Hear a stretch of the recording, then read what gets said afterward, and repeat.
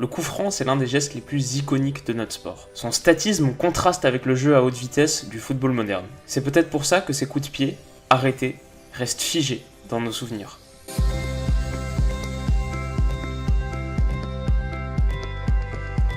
Aujourd'hui, je vous présente mon top 5 des plus grands coups francs de l'histoire. Mais bon, avant de choisir ces 5 coups francs, j'ai d'abord envie d'en éliminer 3.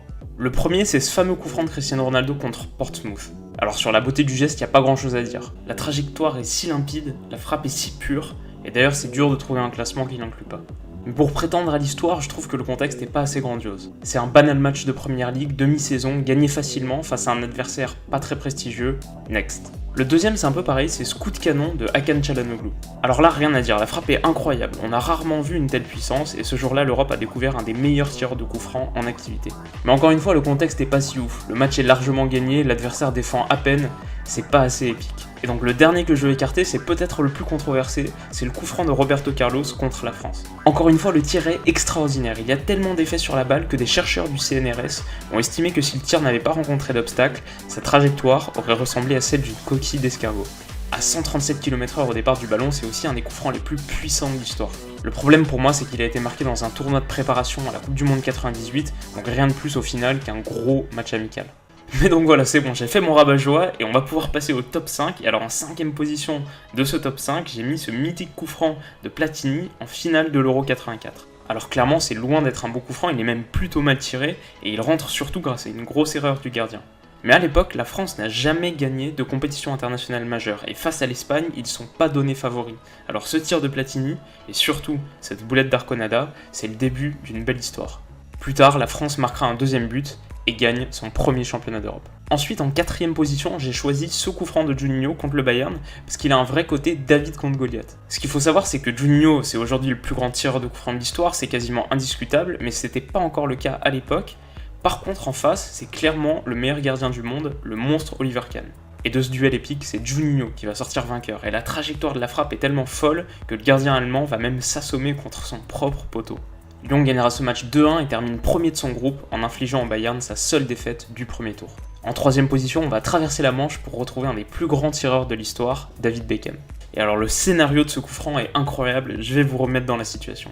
Donc on est en octobre 2001, on joue la dernière minute du dernier match de qualification pour la Coupe du Monde en Corée et au Japon en 2002. Et pour se qualifier directement, avant le début de ce match, l'Angleterre avait besoin d'un nul, mais la Grèce prend les devants et mène 2-1 à une poignée de secondes du terme de la rencontre. Les supporters anglais sont en train de s'arracher les cheveux, puis l'arbitre siffle un ultime coup franc.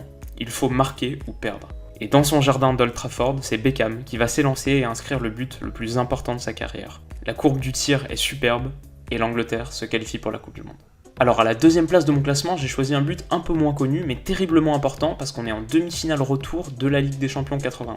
À l'aller, l'Étoile Rouge de Belgrade est allée gagner à Munich 2-1, et elle doit conserver son avantage si elle veut s'offrir une finale de Coupe d'Europe qui serait historique pour la Yougoslavie. Et au bout de quelques minutes, c'est Sinisa Mihailovic qui va faire chavirer les 80 000 supporters du Red Star Stadium avec une frappe somptueuse. Oman, le gardien du Bayern, a placé 6 joueurs dans le mur, mais c'est son pas d'anticipation qui va être fatal. Mihailovic le dira plus tard dans une interview « Je regardais le gardien jusqu'au dernier moment.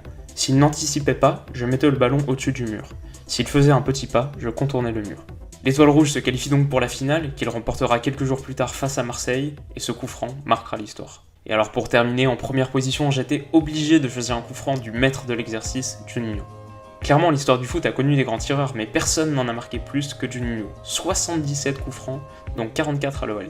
Et il détient le record du nombre de buts marqués sur coup franc en une saison, 8, et il l'a fait 2 fois. Mais donc venons-en au but, parce que quand on pense à Juninho, beaucoup pensent à son coup franc contre le Barça. Il faut dire que l'angle, la courbe, l'adversaire, tout est fou dans ce but, objectivement. Mais je sais pas, moi je l'aime moins. Je vois ces maillots fluo, je pense à la défaite humiliante du match retour. Celui que j'ai choisi, mon coup franc préféré, il mêle l'exploit individuel à l'exploit collectif. On est un soir de septembre 2005, Lyon reçoit les Galactiques du Real Madrid, et à la 21e minute, Carrou a ouvert le score. Les supporters se mettent à croire à l'exploit, et 4 minutes plus tard, Juninho entre en scène. De 30 mètres, il va décocher une vraie fusée qui ne laisse aucune chance à Casillas. Juni exulte, les supporters basculent dans le délire. Au ralenti, on voit que le ballon parti à 130 km/h ne bouge à peine. Lyon va inscrire un 3ème but avant la mi-temps, un très joli but d'équipe. 3-0, c'est le score final. La démonstration est totale et la frappe de Juninho entre dans l'histoire du foot français. Et vous, qu'est-ce que vous en pensez? Quels sont vos coups francs préférés? Et quel est votre top 3 des meilleurs tireurs de coups francs de l'histoire? Faites-moi savoir tout ça dans les commentaires. Pour être aussi imprévisible qu'un coup franc de Cristiano Ronaldo, l'analyse quotidienne a besoin de votre soutien. Alors si cette vidéo vous a plu, n'hésitez pas à laisser un petit like. Et pour ne pas rater la prochaine, abonnez-vous à la chaîne, c'est gratuit et c'est une super manière de m'encourager. À demain.